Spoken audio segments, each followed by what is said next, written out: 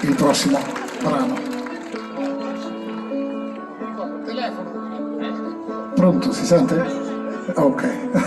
No, vabbè, sentito? C'è un bellissimo biglietto con una dedica del prossimo brano che è Io vagabondo per Rosi da parte di Nabil e di tutto il popolo nomade, con un grande abbraccio. Grazie davvero. Noi con la prossima canzone, che non vi diciamo quale sarà, appunto l'ha detto lui, mi ha bruciato, cioè non dovevi bruciarmi la sorpresa. Secondo me se l'aspettavano però che la suonava. No, perché deve essere sempre una sorpresa, perché... Come io voglio vivere. Esatto. Frate indovino. Davvero, noi vi salutiamo e vi ringraziamo per questa splendida serata in questa bellissima piazza, in questo posto meraviglioso.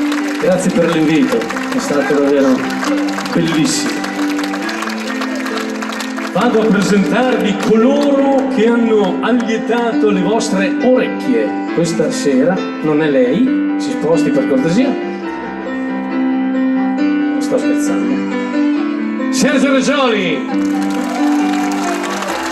Domenico Inguaggiato, Massimo Vecchi, Nemo Buccella, Iuri Cilloni e il signor Giuseppe Agostino Maria Carletti. Noi vi salutiamo, vi auguriamo un buon come si dice, buone vacanze, per chi è in vacanza, per chi lavora, buon lavoro, insomma, buon proseguimento e niente, adesso canteremo questa, ce la canto io e voi la cantate insieme a me. Voi spostatevi per cortesia, ancora, non ve lo dico più, dopo poi divento nervoso. Ho già preso 4 caffè, non fatemi per... ma c'è cascata, no? Posso iniziare, maestro? Bene. Io un giorno crescerò e nel cielo della vita volerò.